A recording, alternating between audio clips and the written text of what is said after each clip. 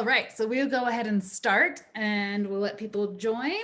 And for those who are going to watch this as a recording, they can watch it as a recording. So welcome to another fun episode of Thrive Live. Today, we're going to talk all about HPV and why we want to address it, what it is, and how to really do an integrative approach with HPV. Quick, make sure, yes, recording. Okay. All right, so first off, so what is HPV? Human papilloma virus. One really important note is that this is a herpes family virus, and that will be really important when it comes to treatment a little later on when we discuss that. HPV is the most common sexually transmitted infection in the United States. Some HPV types can cause anything from genital warts and are considered very low risk with a small chance of causing cancer. Other types are considered high risk and can cause cancer in the cervix, the vagina, the penis, the anus, the back of the throat.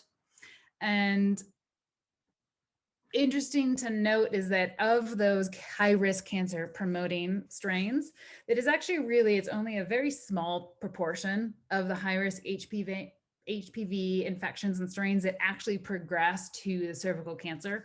And one question I get a lot is, because there's a lot of concern with PAPs coming back with HPV and how long do I have until this goes to cancer?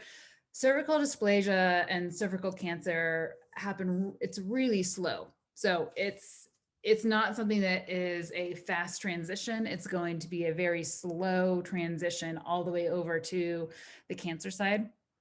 And we tend to think of HPV more for the cervical cancer, but also the back of the throat, the oropharynx. You can get back of the throat cancer, and that's more commonly can be HPV associated. So the majority of anal and cervical cancers, they are going to be HPV driven. So 90% of those cancers will be HPV driven.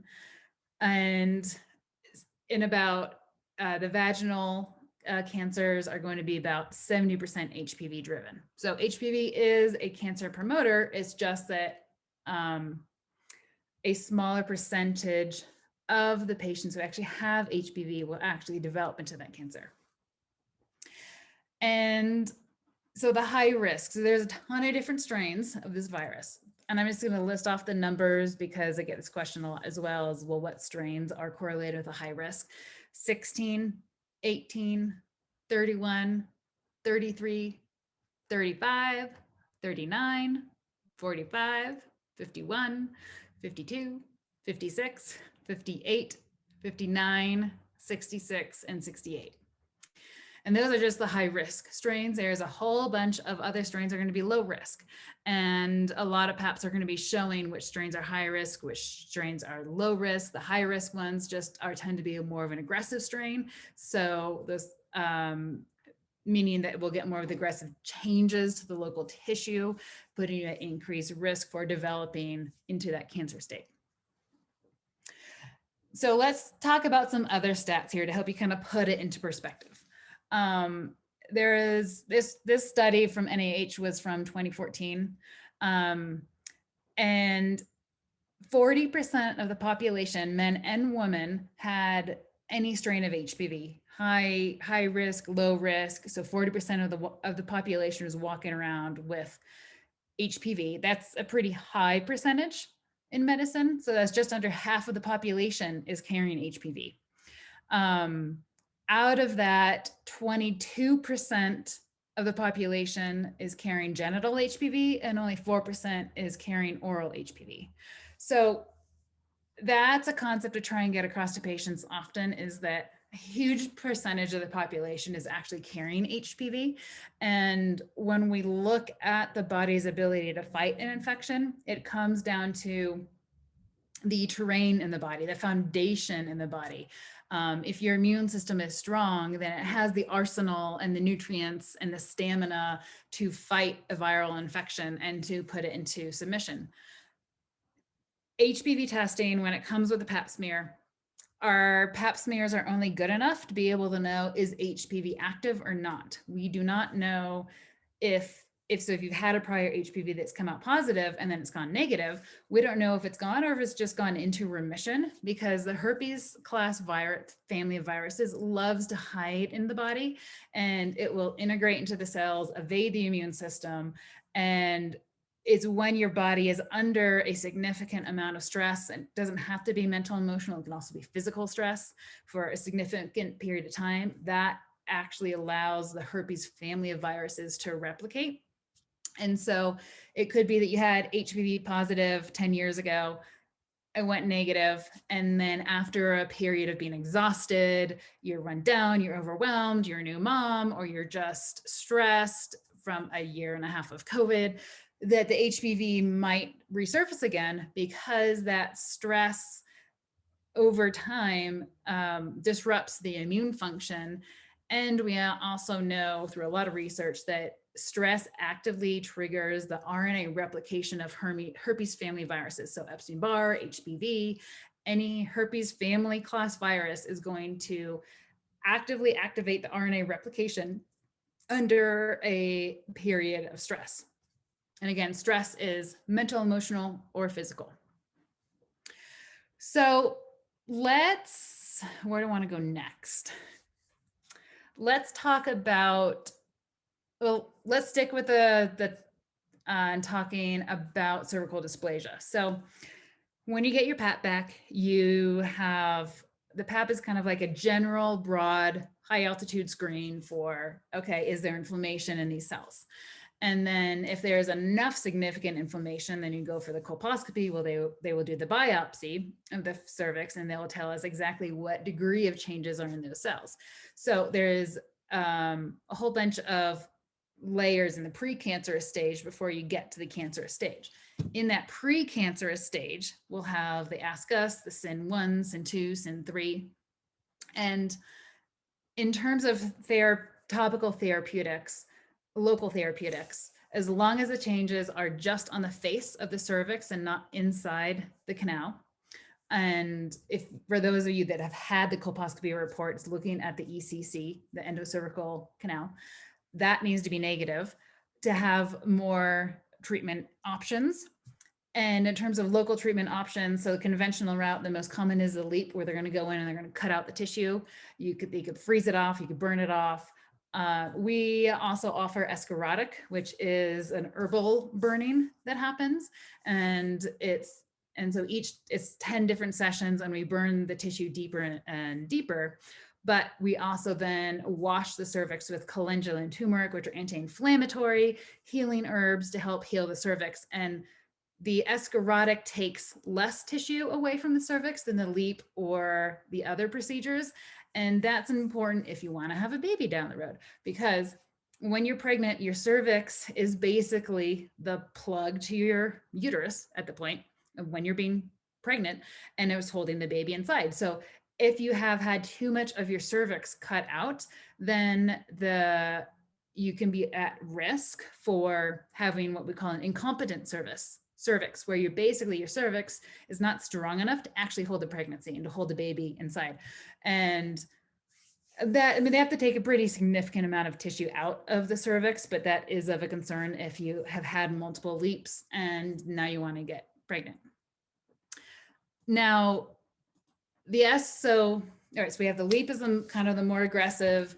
The escharotic is more of, I think of it as actually more of our aggressive naturopathic approach, because even though it is less aggressive than the LEAP, but we are still burning away the tissue. I started using about 10 years ago a vaginal suppository that's a mixture of green tea, vitamin D, and vitamin A. And that is not as aggressive as the escharotic. So it's more like a next gentle step into that. I've had really good success with it. I've just had a couple of cases where we had to end up going with the escharotic, because after a couple of rounds of these suppositories, they were still at SIN2. But I have actually treated a couple cases of SIN3 and gotten them completely out of the precancerous state with these simple vaginal green tea, vitamin D, vitamin A suppositories. So let's talk about why that works. So green tea is an antiviral. It's a great antiviral herb. It's anti-inflammatory. It's healing to the vaginal tissue. Vitamin D and vitamin A are helping with the local immune system. And helping with the local mucosa and the local cells just be healthier so they can fight naturally. They have that natural terrain against HPV. Turmeric, this is one that I'm actually starting to add into my vaginal suppositories, and I'm adding it as a wash with the escharotics. Turmeric, we're now seeing in research that actually increases the clearance rate of HPV by an increased 10%. So meaning your body was already going to be clearing HPV, but turmeric is going to make it happen faster by an extra 10% of time. And so turmeric is also a great anti-inflammatory herb. And so it is helping to balance that local immunity, but also helping your body clear out that HPV. So usually when we have HPV, we want to talk about step one is what type of local treatment do we need? Do you need the LEEP, the cryotherapy? Do you need the more aggressive escharotic, or can we get by with a vaginal suppository? If it is just HPV and there is no changes to the cervical tissue, I'm still doing the green tea vaginal suppositories. We might add in Thuya, which is American red cedar. It's a very potent anti-HPV herb.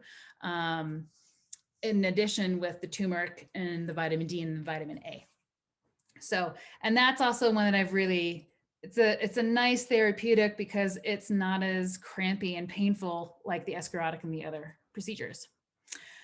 So let's move on from the local treatments, and let's talk about the external factors that are affecting cervical health and HPV. Because remember, it's not just about the virus, it's about the whole orchestra of your body and the foundation that your body and that your immune system is sitting in. And so the gut is one really big key here. And for those of you who have been following me and know me, I'm a big believer in the gut's the foundation of the body. And this is where 70% of our immune system resides. We make 80% of our serotonin in here. So what bacteria you have in the gut really affects the vaginal ecosystem.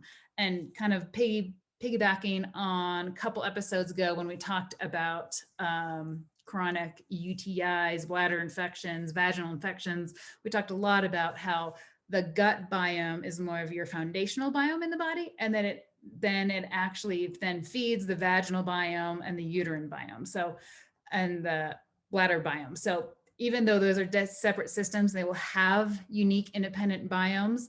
They are all kind of rooted out of the gut, if you want to think about it that way. So let's talk about the vaginal biome, because the vaginal biome is actually really going to affect your body's innate ability to either fight off HPV or to let HPV have its free reign. And unfortunately, a lot of labs are not testing sufficiently in this realm. Medical diagnostic labs is the one that we use, and I love them because they will do this deeper testing of the vaginal flora. So meaning, we'll first talk about lactobacillus. So usually we think of lactobacilli is the probiotic that we want in the vaginal biome. But here's the thing is that there's the different species of the lactobacilli are actually really important, because if you have a dominant flora of lactobacilli inners, that is a form of lactobacilli that cannot produce the D-lactate that we need to set a healthy vaginal ecology. And we actually know that when this species of lactobacillus is in dominance, that you're more susceptible to HPV, to HIV, to herpes, to bacterial vaginosis, to having vaginal infections. So it basically indicates there's a weak ecology in the vaginal biome that's allowing the HPV to have a little party in there. Conversely, Lactobacillus crispatus, this is the best ecosystem that you can have in your vagina. They are really potent D-lactate producers, and that D-lactate is really important for establishing that healthy ecosystem. And we also know that Lactobacillus crispatus builds resistance to colonizations from other infections. So it's a resistant ecology. So it's resistant to HPV, HIV, herpes, other vaginal infections. And you get a lot of these through testing the Gardnerella bacteria, so bacterial vaginosis panels. So it's not just about chlamydia and HPV and the STD infections. It's about testing the good guys, right? The lactobacilli. Well, are we going to have the species of the good lactobacilli or the species that is going to make the ecosystem more susceptible to infections? It's like farming. Do you have a healthy soil or do you have a sick soil? We want to try and get the best healthy soil so that your soil is resistant to infections. And of course, once we know what species of lactobacilli we can actually nudge it and move it towards the Lactobacillus crispatus ecosystem, which is pretty remarkable. Now let's take a step back and go a little bit broader. So lifestyle factors. Diet is huge. Food is medicine, right? The food is where we're getting our nutrients that feed the immune system. The rainbow, the colorful foods are the ones that are giving you your fat soluble vitamins. You're getting a lot of your minerals in your dark leafy greens and your seeds and your nuts. And so you really want to be consuming a diet that is immune supportive, whereas sugars, processed foods, inflammatory foods. So everyone's going to have a different inflammatory food for them. Sometimes it's dairy. Top ones would be dairy, gluten, soy, eggs. But if you're eating foods that are toxic to your immune system, then your immune system starts to get weaker. So you really want to feed your immune system with a really healthy diet. So you're eating more pescatarian, I would say, based. You're eating the rainbow. You're eating almost 70% colorful fruits and veggies. Getting a little bit of whole fiber grains back in there, and then really clean, lean meats and plenty of good fat. So avocado, olive oil, coconut oil, nuts, seeds. If you don't know what your food is made of, then it's too processed. And it's actually incredible how much sugar is in all of our processed foods. There's a lot of hidden names that are going to be on the label. So just kind of cleaning up the diet and really eating a ton of rainbow foods is going to give your immune system the best array of antioxidants. Sleep. Sleep is probably one of the most important aspects, and it's not just about hours, but just about quality of sleep, because during the day, your metabolism is going. It's in a mode of breaking down and using nutrients, burning through energy. Nighttime, when you sleep, that's actually when you rest. That's when you recover. That's actually when your biggest anti-aging is through sleep. Because sleep is when your lymphatics move. Your brain will actually detoxify at night. Your liver will start detoxifying. Kidneys will start to detoxify. But this will only happen at the deeper, slow wave sleep cycles. It's a combination of the REM and the slow wave sleep cycles. But if your sleep quality is not getting sufficient time in both of those phases, then you're not getting sufficient time that your body has to actually repair itself. So we know the immune system will actually repair itself and regenerate itself at night when you're sleeping. So if you're not getting your 8 hours at night, or it's disrupted, or it's just not quality. So maybe you are getting the 8 hours and you're sleeping through the whole night, but we actually, we can see through a lot of data and the Oura ring, which I love, and I'm not wearing mine at the moment, but it gives us a lot of the sleep data, where if you have alcohol right before bed, if you have food within a couple hours before bed, you can actually track it and you can see how your sleep deteriorates. And because if you go to bed with a full stomach right after eating dinner or having an evening snack, your body has to put energy into digesting that. And it's no longer, that's not a restorative state. You're trying to break down food and to assimilate the nutrients. And another really big common thing that I see disrupting the quality of sleep is blue light. You can get a pair of fancy blue light glasses like I have if you're on technology before bed, but ideally it's technology fast, at least an hour before bed. I love the term of technology fast. TV, phone, phone is probably the most common, computer, and read a book, play a game, do some old school fun things. So let's talk about stress. So going back to one of the really first important points about HPV is, remember, HPV is a herpes family virus, and stress activates the viral replication with the RNA. So there's the mental emotional stress, and how well are we doing on balancing the mental emotional stress. And we know we've had just the last year and a half of COVID stress and the social stress. And health in itself can be stressful, especially when we're up against HPV. But making the mental and emotional and spiritual side just as important as the physical side in your health is extremely, extremely important. Can't quite emphasize that enough. More so because the constant stress can destabilize your body. It destabilizes your immune system, your sleep cycles, your endocrine system, your thyroid, your hormones, your adrenal cycles. A lot of people also internalize stress in the gut because a lot of the gut has a lot of nerve endings in there. And so the stress will actually, you'll internalize it pretty quickly and turn it into a physical issue, let alone to just the activation of the HPV. It will affect your ability to get that quality of sleep. It will affect your ability to assimilate your nutrients you eat.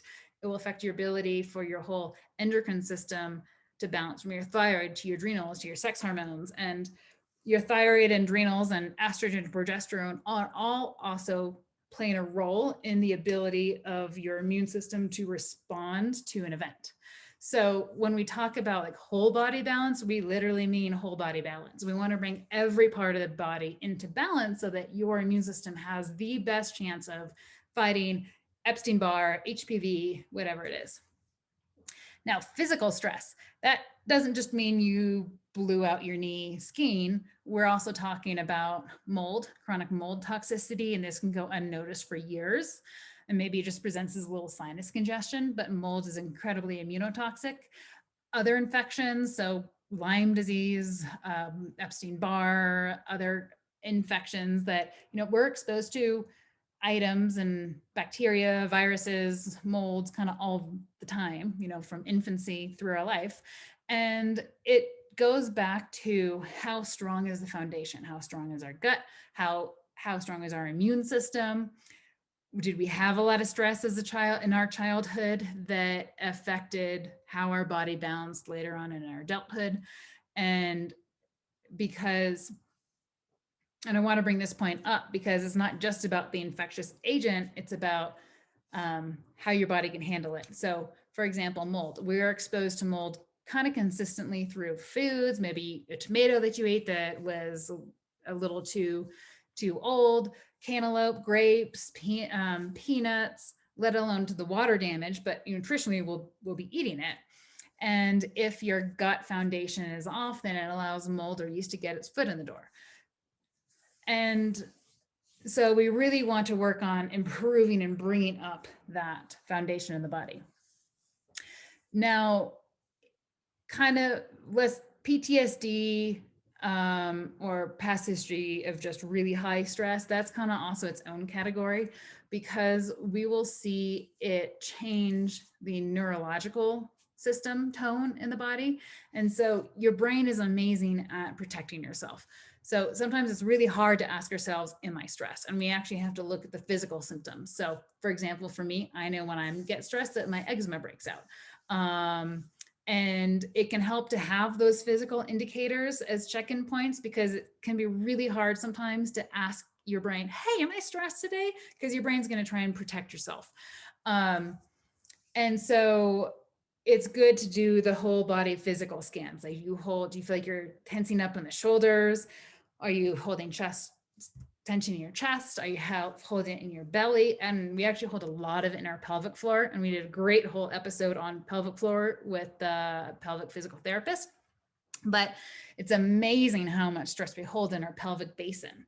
And so learning how to, one, just recognizing it, and then you can work on releasing it, taking that deep breath, feeling the muscles relax, feel that tension leave your body. Let's talk about detox. So our world isn't perfect. Our oceans aren't perfect. We just live in a world that has environmental toxicity, from, benzenes to plastics to gasolines, radiation, EMFs, heavy metals. And it's just a fact of life. Sure, other places are going to have a higher environmental toxicity than other places. Los Angeles would be a big one, New York City. And it's about how we want to try and work through these, right? Help our body assimilate getting them out of the body. And the primary detox organs are liver, kidneys, gut, breathing. The menstrual cycle is actually a form of detoxification route for us. Whoops. My alarm going off for the typical Thrive lifetime. And so depending on where we are and what we've been exposed to, sometimes we have to do bigger detoxification. And there's so many ways to detox. Sweating and exercise, to be honest, is one of my favorites, absolute favorite, because it's going to help us detoxify mold and a lot of these environmental chemicals. We can test these environmental chemicals. It's hard to test for them because they will commonly be in a store. They'll be stored in our muscles and fat, more so the fat. And so we won't really get a good idea of how much is actually stored in the body until we actually start detoxing. And you have to detox at the pace of your body. If you go too fast, that means you're mobilizing all these toxins. And if you can't get them out, they're just going to store somewhere else in the body. So you have to go slow, steady. There is no reward for pushing too hard and having a massive Herxheimer reaction of fatigue, brain fog, just being totally run down. You always want to go at the pace of your body. And so breathing, exercise, and sweating are probably my top 3 absolute favorite ways to detox.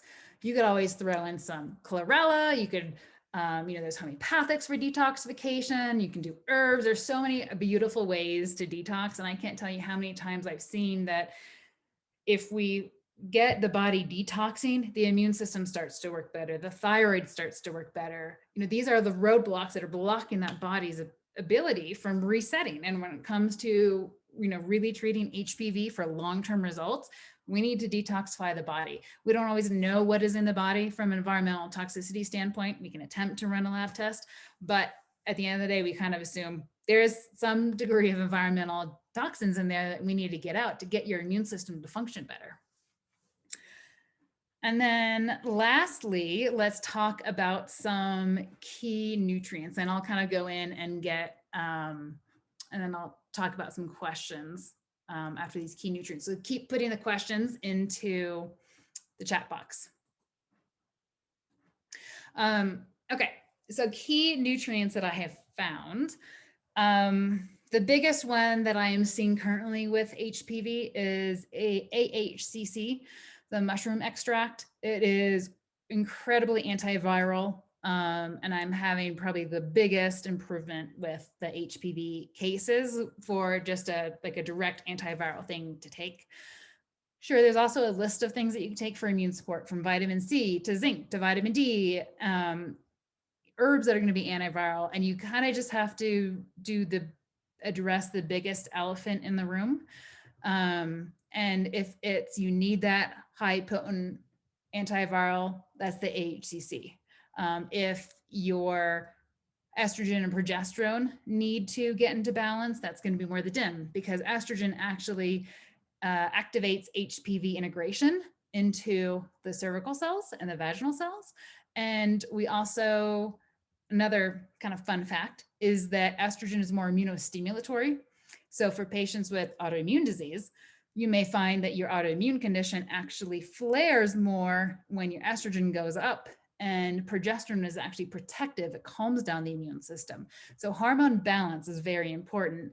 DIM is one way to help to get rid of excess estrogen in the body. I have triggered hot flashes in ladies before in their 30s with too much DIM, and we've been a little too aggressive on it. But that is something that it's like a sponge on helping to get that excess estrogen out.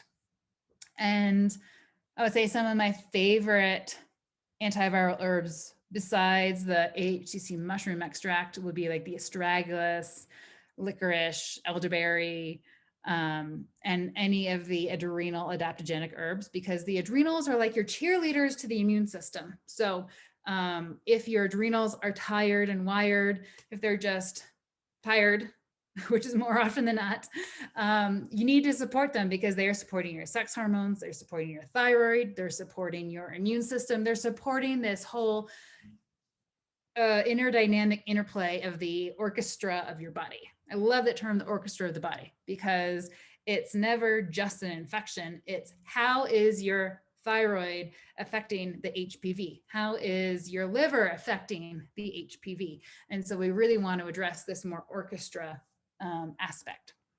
All right, so I'll get into some questions that have come through. Feel free to pop in some more questions into the chat. So one question, actually these aren't really questions, they're kind of more points of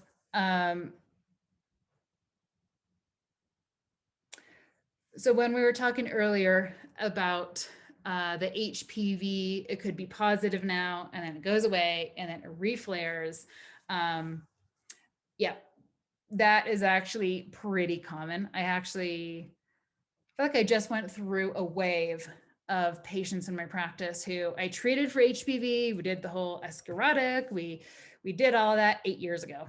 And then about a year or 2 years ago, everyone kind of had quite a few patients who resurfaced, and we went into it, and it was just the overall balance of the body, the overall wellness, vitality of their body had gone down, right? Sleep had adjusted. They took on an exciting new job, but it was a new stressor.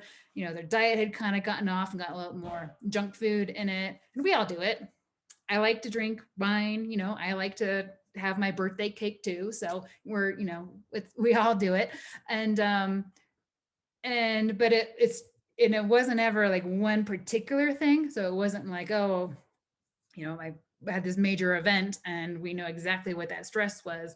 More often than not, there were 5 different systems in the orchestra of my body. And I just kind of knew that my general health wellness had actually gone down. And that's when we see the HPV reintegrate. So for those of you who have had that happen before, where you've kind of fluctuated from positive to negative, just look back at your body, do a scan and say, do you feel like you're in your most robust, vibrant balance of your body? You know, is your energy great? Do you have brain fog issues? Is your sleep really good?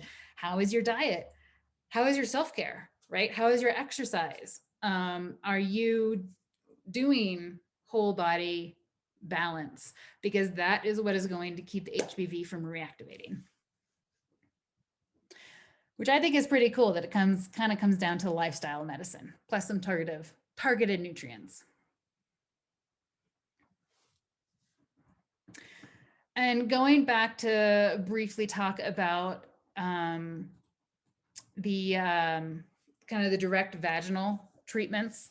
I'm starting to do more kind of experimental with a couple patients with vaginal green tea and just doing the straight up vaginal green tea. And a couple are chronic UTIs, a couple are lichen sclerosis.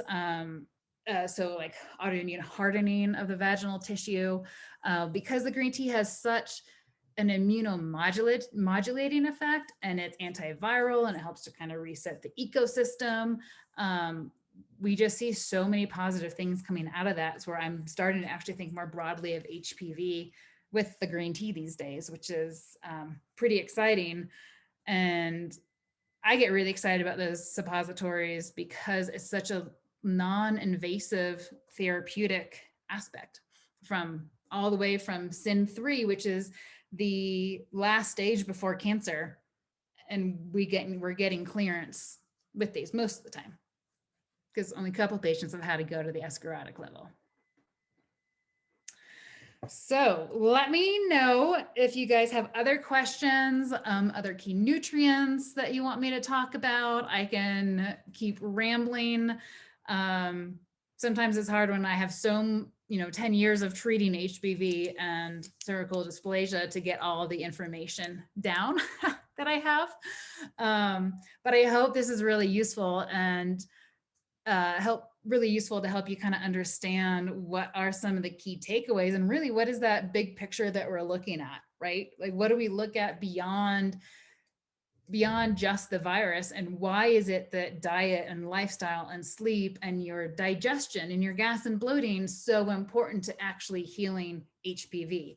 Because it's all about this inner dynamic play between all these different systems that make up this broader masterpiece of your body. I also love that term, the masterpiece of the body. So, all right. Well, there's no other questions going to come through. I feel like I blew through that content pretty quick. Feel free to just shoot me another email if you have, any questions that come up, and then I'm going to get ready for my continuing education conference while being this entire weekend. All right, everyone have a wonderful rest of your Friday, and I will see you next week. And next week, we actually have a guest speaker on fertility. She is a Canadian practitioner, and she is fantastic at what she does. So, all right, everyone have a great weekend. Bye.